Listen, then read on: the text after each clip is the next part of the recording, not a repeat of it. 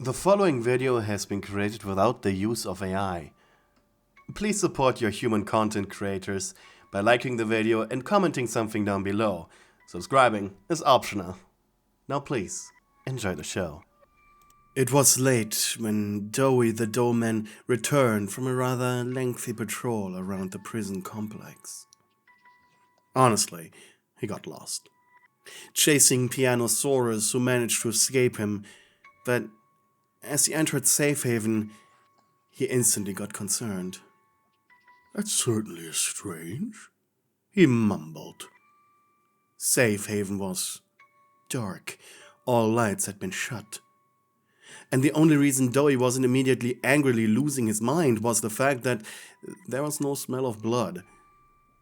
Perhaps it was nap time? Quietly he walked forward, his gaze shifting to the shadowy silhouettes of the tents and decorations. Doey formed an ear on the right side of his head to listen better. He heard something, a wet noise. It sounded like someone was tearing up fabric. He had experienced enough of the hell that was the factory that he knew that that sound meant someone was being eaten. His 3 hearts sank as he quickly and quietly stomped forward towards the noise, only to be stopped by a quiet psst. He stopped in his tracks, head spinning towards the sound. There, illuminated only by the green hue of an exit sign, poking her head out from a vent, was one of the mommy longlegs that lived in Safe Haven. Psst, she waved. Quietly, Doey approached. "Mommy, what happened?" he whispered with concern, though it seemed Doey's whisper had been too loud, as whatever was feasting snarled. "We're safe, don't worry," whispered Mommy, so quiet Doey almost couldn't hear it. "Most of us." "What happened?" Mommy tapped her fingers together. She was in rough shape. Her rubber hair had been chewed off, and she was covered in vent grime.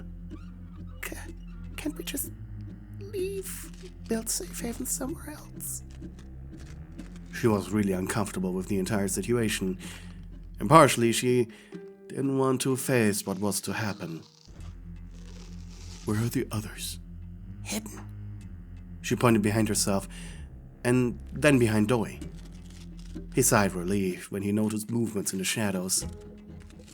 He then bent down on one leg, placed a hand on the mommy longleg's shoulder, and asked one final time, "Please, I need to know what happened." Mommy averted her gaze as she explained what happened a few hours ago, after his departure. When you, finally, turned feral. You were a bigger body's toy for which an adult had been used. Mostly experimental to see the maximum possible age a human could be for the procedure to be successful.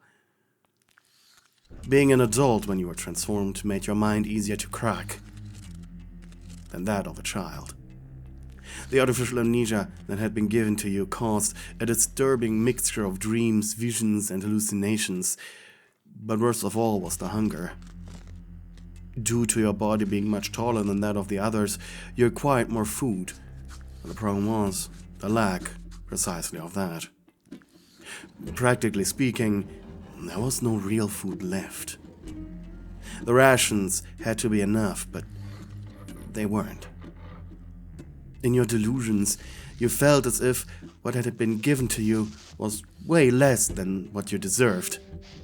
And one of the toys committed the fatal mistake of approaching you in a moment of mental fragility. All they wanted really was to eat next to you, and what happened was that you snapped their necks so fast they were dead before they even knew what attacked them. Your teeth tearing into the critter's soft plush, tearing the cotton off of them, devouring the toy. Your outburst caused a panic, leading to the quarantine state of the Safe Haven. You were too powerful for the little pacifists. The speed of a predator on the verge of death. 2 other toys died in the rampage. After everyone had been hidden in the vents, under covers, and dressers, you had grabbed the carcasses, dragged them into the room you were now ripping and tearing them to shreds. Using this to their advantage, a few of the braver safe haven denizens had shut off all the lights, minus the one in your room, to increase their survival chance. As Mommy finished her retelling, she began to sob. "I hate this," she cried, while the 3 personalities inside Doey were infighting. Jack wanted to keep you alive, hoping there was still something of you left. Kevin wanted you dead as quickly as possible for revenge of the fallen and to put you out of your misery. It wasn't until Matthew made his choice, though, that the Doeman turned away from Mommy and approached the room from where the noise were coming from. First, he only looked inside, carefully, quietly. The room had its lights turned on, a singular light bulb illuminating the scene. The walls were covered in blood, glistening in the pale light. 3 carcasses lied on the ground, each in a different state of evisceration, while you were hunched over the 3rd. Your hands tearing into the flesh as you greedily stuffed your mouth with as much juicy, warm, bloody meat as you could. You were a unique toy, meaning a toy specifically designed for use inside the factory, similar to Miss Delight.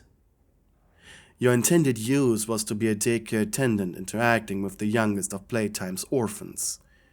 Your name, Cherry Cheerful. A human doll with long pink hair, usually in a ponytail. But it seems that your hairband had come off during your rampage. Dressed in a pink mate outfit, now covered in blood, almost appearing as it was red. Your plastic body creaked with every movement. Doey exhaled. He had killed other toys before. For food, for self-defense, but this was different. And for a moment, Jack's innocent personality came through. Without wanting or even realizing it, he said, "I'm so sorry, Cherry."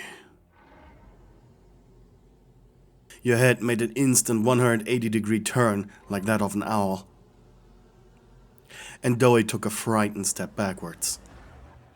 To shove more food into your throat, you had torn open the sides of your mouth, giving you a horrifying, permanent smile. "Oh, hamburgers." Your giants turned backwards, chasing after him on all 4s. Doey quickly rushed out of safe haven. He needed to keep his friends safe. Those were his only thoughts. He knew the moment that you were out of the area, the others would close the door behind you. So you no longer pose a danger to them. But still, you'd return to safe haven. There was food, after all. Doey had no other choice. He stopped in front of a wall inside the prison area, causing your frenzied body to jump him. The moment your plastic touched his malleable body, he pulled you into him, placing both hands on his stomach. He looked down. He could feel your body writhe within him, as he used the dough of his body like muscles to try and crush you within him. "It's okay. Stop fighting. It will all be over soon." Doey never had such a reluctant and difficult meal to devour. And then, out of his stomach, burst your hand. Surprised, he fell backwards, watching you emerge from him. Your clothes had been completely torn to shreds by now, body left with multiple painfully looking cracks, out of which blood was oozing. Angrily, Kevin made Doey growl. "Hey!" He grabbed you by the head, shoving you face first into his chest. "It's okay, Cherry. Let go. You don't have to suffer anymore." But saying this just seemed to make you even more mad. Something flashed, and suddenly you were freed in his grasp. Steam was coming out of your mouth as you breathed heavily, hunched over. He had destroyed a large chunk of his stomach. And for a moment, Doey was incapable of reforming himself. He noticed your hands, your nails, usually colored pink. They were strangely silvery now. And it took Doey less than a second to realize that of course a toy like you would not have conventional nails. Your nails were sharp and made out of metal. And you were powerful enough with your claws to tear apart his dough. Your frenzied eyes were practically glowing down at him. You're covered in his sizzling blue, yellow, reddish goo. Oh dear. How did you do that? You slammed a hand on his chest, grabbing a fistful of his dough, and greedily you swallowed it. With wide eyes, though you watched the dough bulge run down your throat before vanishing in your stomach. Dough that was removed from his greater hole was unusable to him, as such he could not use it to devour any materials, to harm you. And yet, a lewd thought came to him. He smirked. You're hungry, right? Kevin was furious, but Matthew and Jack agreed. Truth be told, Matthew, the oldest of the three, felt a certain way about this. Seeing your unclothed body covered in his goo, yeah, he really liked it. Meanwhile, he allowed you to grab fists full of his dough to devour him. He sighed as he watched you eat, which of course was very painful, but his hand shot up to pet the back of your head. If only I knew you were hurting so much. I'm sorry, Jerry. All three of the men inside the dolmen felt guilty in some way, shape, or form. Admittedly, it wasn't his fault you became feral, but there was this nagging feeling that perhaps if he had been a little more nicer to you, maybe allowed you to come with him on patrols, maybe your mind wouldn't be in tatters right now. He watched you lick up the goo, your thick tongue swirling between your thin fingers. Whoa. By now your stomach was a little swollen, and your movements were slowing down. Were you full, perhaps? Doey thought. Could he get through you? Slowly he raised his right arm, placing it against your torn cheek. Your body instantly became stiff. The animal you had become could not classify the touch. In other words, you were unsure how to react. I'm sorry you have been hurting. His thumb rubbed just beneath the torn wound of your smile. We should have noticed. Taken better care of you. As he caressed you, however, he formed a few extra appendages. They slowly snaked around your wrists and ankles, and one wrapped around your waist, taking full advantage of your stillness. And then he pulled. You were lifted into the air by his tentacles, gasping as you felt your weight in them, fighting your restraints. It was impossible to move. Your body still dripping from his ooze. The three men inside the dolmen were shouting at each other. Jack wanted to put you out somewhere safe. Jack wanted to place you somewhere safe, where you couldn't hurt anyone. After all, you could just safely feed on Doey. Kevin wanted to tear you apart and eat the remains, and he made a few very convincing arguments as to why, but it was Matthew who surprised the other two. Taking charge of their shared body, Doey raised his hand, touching your chest. Violently you thrashed your constraints. Oh boy, what am I doing?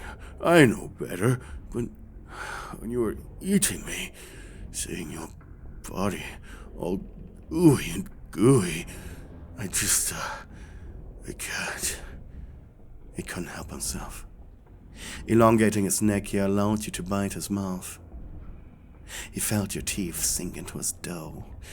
It was a violent kiss.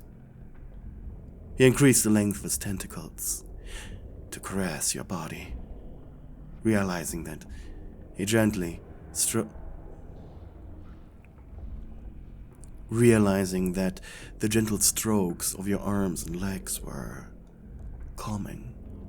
Oh, you like that? The gentle ministrations of his tentacles were soothing to the countless cracks and wounds all over your body. Your tongue lecherously lolled out of your mouth, breaths heavy, accompanied by a haunting gurgle. He squeezed you, making you produce a noise somewhere between a growl and a moan. The slimy tips of his appendages began gently caressing your lower half, causing you to throw your head back and rip out the piece of slime Doey used for his lower jaw. After quickly rubbing over his mouth with his hand, it was restored, but he smiled. You like that, don't you? With a smug expression, Doey turned his main body into a thick puddle to allow himself better access to you. See this as a punishment and an apology for what happened today, Sherry. After this, I have to think what I'll do with you, but for now, please, enjoy yourself.